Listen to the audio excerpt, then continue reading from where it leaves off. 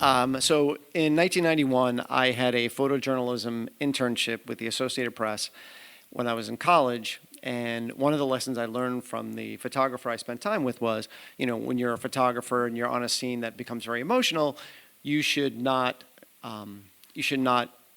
cross that line and engage people in an emotional way that can make things worse. You should try to just do your job and kind of move along.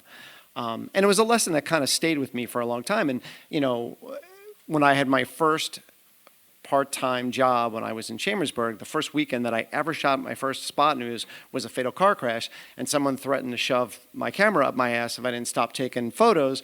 And not just because the lesson that I was told about not getting involved, but I kind of like having the camera in my hands and not up my ass, so I decided to walk away.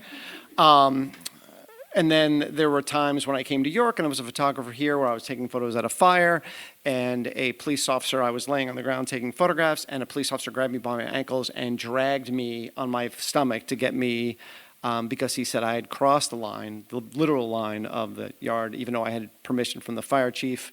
I didn't cross the line and get into it with him. I just politely later went to his boss and explained to him what happened. I didn't cross the line when I first met the fire chief at a car fire, when he grabbed me by my shirt and threw me up against the wall. And he was so enraged that I got too close to the car, but I did not cross the line. I did not cross the line when I was at a toxic spill on 83, and the firefighters thought it would be a really fun time to strip me naked on Route 83 in October because they said I got too close to the toxic materials and hosed me down. Did not cross the line. Didn't lose my cool, didn't yell at anybody. I would say the closest I ever came to crossing the line in my mind was probably about 10, 15 years into my career here, and I was working at the York Dispatch, and I was working second shift, and my shift was over, and a couple of us went out for drinks, and I had just a couple beers, but I'm very strict about drinking and driving. I don't care if I'm impaired at all, I'm not going to drive. So I had someone drop me off at the office to see if I can get a ride back to my house, and I'd just come by and pick my car up the next day. Well, I get to the office, and a reporter says to me, there is a fatal fire. 2 young boys have been killed in a mobile home fire. It's in about an hour away in southern York County. Can you go? And I said, look, I can go. I said, but I'm not driving. I said, you drive. That should give me enough time for whatever's in my system to kind of burn off, and I don't have to worry about anything happening. So she drives us down, and it's in a mobile home park, and it's in a wooded area, and it is like 1 o'clock in the morning, and there's firefighters there, there's neighbors that are kind of around, and GAL is there as well. There's a TV station there.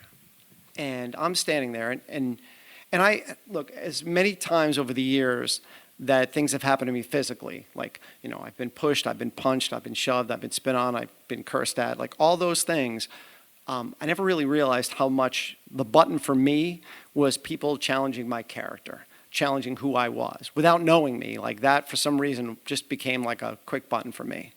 So we're standing there, and I'm there with the GAL people. I'm there with, you guys remember Ed Weinstock?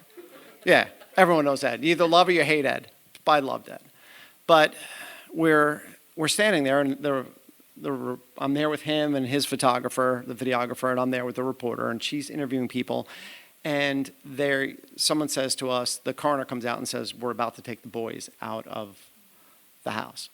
So I put my camera down, the videographer puts his camera down, and the firefighters, now there's probably about 20 neighbors and people standing around, the firefighters stand in front of us, take a tarp, and hold it up right in front of us.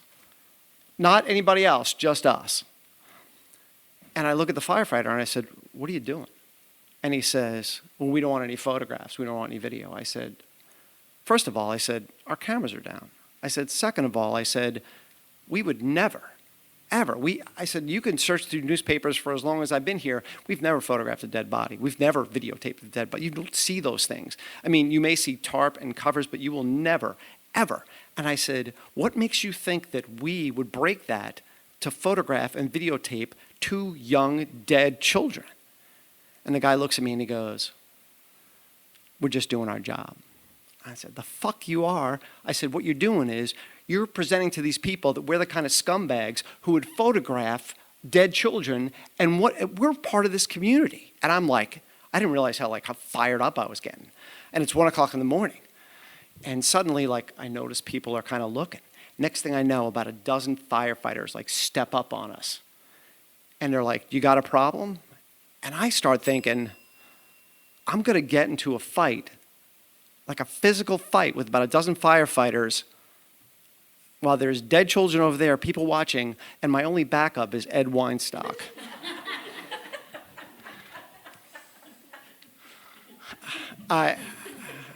So at that point, the realism of the situation starts to hit me, and then I hear the voice of the photographer who 15, 20 years earlier just said to me, he goes, "Never make yourself part of the story. Never cross that line."